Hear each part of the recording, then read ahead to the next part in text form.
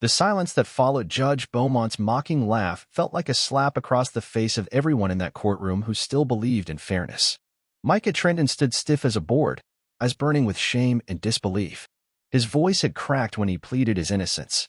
He had spoken with the trembling dignity of a young man who knew that the system wasn't built for him. And now, with a single dismissive laugh, that dignity was torn apart in front of a gallery of sneers and smirks.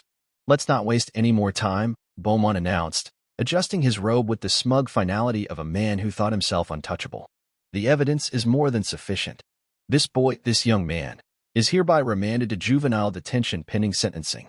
Gasps rippled through the courtroom. Micah's knees buckled. "No," his mother, Denise, whispered, tears welling in her eyes. "No, he didn't do anything." And then, just as the bailiff approached with handcuffs, the back doors of the courtroom slammed open with a bang so sharp and sudden, it felt like a gunshot. Everyone turned. A man stepped forward, tall, composed, his face carved from stone. His navy blue suit, tailored and immaculate, barely rustled as he walked down the aisle with quiet, surgical purpose. Eyes followed him, some widening in recognition, others narrowing in suspicion. But it was Beaumont's face that changed the most, from arrogance to confusion, then to pale fear. "Director Trenton?" he stammered. The man ignored him. He reached the defense table, standing between Micah and the bailiff, and slowly laid a folder on the table. With practiced control, he opened it, revealing pages stamped with federal clearance seals and a badge so rare most people in that room had never seen one outside a movie. "My name," the man said, voice cold as steel, "is Marcus Trenton. I am the director of the Central Intelligence Agency, and this is my son you've just tried to destroy." The courtroom fell into stunned silence. Beaumont's mouth opened, but no words came. Marcus continued, every word a scalpel slicing through the facade. "Over the last 48 hours, my agency has tracked down surveillance footage, phone logs, and sworn statements from 3 individuals that prove, beyond a shadow of a doubt, that my son was not at the scene of the crime. He was in a monitored federal building, studying under a mentor in our accelerated academic program for gifted students." He held up a flash drive. "This contains facial recognition timestamps, biometric access logs, and security footage." He turned, addressing the gallery now. "My son, Micah, was being groomed for future federal service. Until this courtroom decided to humiliate him because of the color of his skin and the zip code on his ID." Murmurs rose from the benches. The journalists present began typing furiously. "I've seen injustice," Marcus said, stepping closer to the bench, his voice lowering like a storm gathering. "I've seen it in war zones, in collapsed regimes, in the eyes of men who lost everything to corruption. But I never thought I'd see it this naked, this deliberate, right here in the heart of our country, in a courtroom meant to protect justice." Judge Beaumont swallowed, trying to reclaim his power. "Mr. Trenton, this isn't the proper."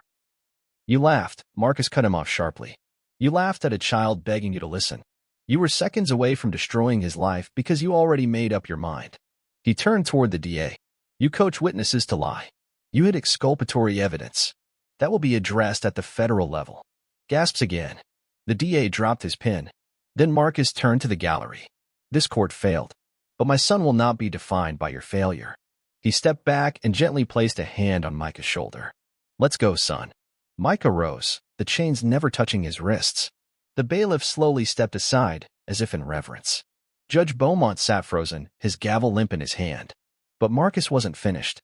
"By the end of the day," he said, turning one last time before walking out, "this courtroom will be under federal review. Judge Beaumont, your career is over, and I will personally make sure you never sit on a bench again." Then he walked out with Micah. The courtroom erupted. Reporters rushed outside. Protesters began to gather within the hour. And by nightfall, every major news network in the country was leading with the same headline. CIA director shuts down racist courtroom after judge tries to convict innocent black teen. But for Marcus Trenton, the battle wasn't just about his son. It was about drawing a line for every kid like Micah. A line no one would cross again without consequence. Outside the courthouse, the cold air hit like a slap. But this time, it wasn't cruel, it was cleansing. Micah walked beside his father, stunned, numb, like he was floating between worlds. The handcuffs hadn't touched his skin, but their shadows still lingered. For a moment, he had believed his life was over.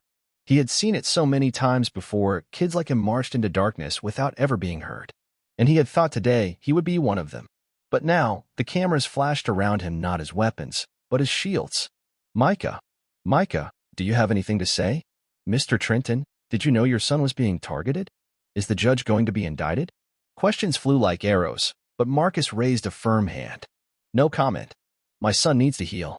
He placed a protective arm around Micah's shoulder and guided him into the black SUV waiting at the curb. Inside, the silence between father and son was heavy. But it wasn't strained. It was full. I didn't know what to say up there, Micah finally whispered. You didn't need to say anything, Marcus replied. You stood your ground. That's enough. Micah turned to him. You came for me. I always will. They drove off, leaving behind a courthouse that would soon be crawling with investigators, ethics boards, and federal oversight. By midnight, the story was everywhere. Hashtags exploded. Hashtag Justice for Micah trended globally. Dozens of students from Micah's school posted their own stories of quiet discrimination, of being overlooked, unheard, disrespected. A movement began, not because of protest signs or speeches, but because a father refused to stay silent, and his son had stood in truth even when the world didn't believe him. Judge Beaumont was suspended within 48 hours. The district attorney was removed from office in a vote of no confidence 1 week later. And in a twist of poetic justice, the same courtroom that nearly devoured Micah became the site of hearings on judicial reform, hearings that Marcus Trenton himself was invited to testify in. But it didn't end there. 3 weeks later, Micah received a letter, confidential, from the office of the president. He tore it open with shaking fingers. Dear Micah, courage isn't always loud. Sometimes, it's the quiet voice that says, I will not be broken. You've shown that courage in the face of extraordinary pressure, and your story has inspired more people than you can imagine. I'd like to meet you in person if you're willing. We have work to do, and I want you to be part of the conversation. With admiration. The president. Micah sat on his bed, rereading the letter under the soft glow of his desk lamp. His fingers brushed the embossed seal. He wasn't a cautionary tale. He wasn't a statistic. He was a voice. And now, the world would listen. 6 months later, Micah stood at a podium in Washington, D.C., his face projected onto screens across the country. He had just delivered a speech about justice, fairness, and what it means to believe in a country that doesn't always believe in you. He had spoken not as a victim, but as a survivor, as a future leader. In the front row, Marcus Trenton sat quietly, his hands folded, eyes glistening. He didn't clap first. He didn't have to. The entire room was already on its feet.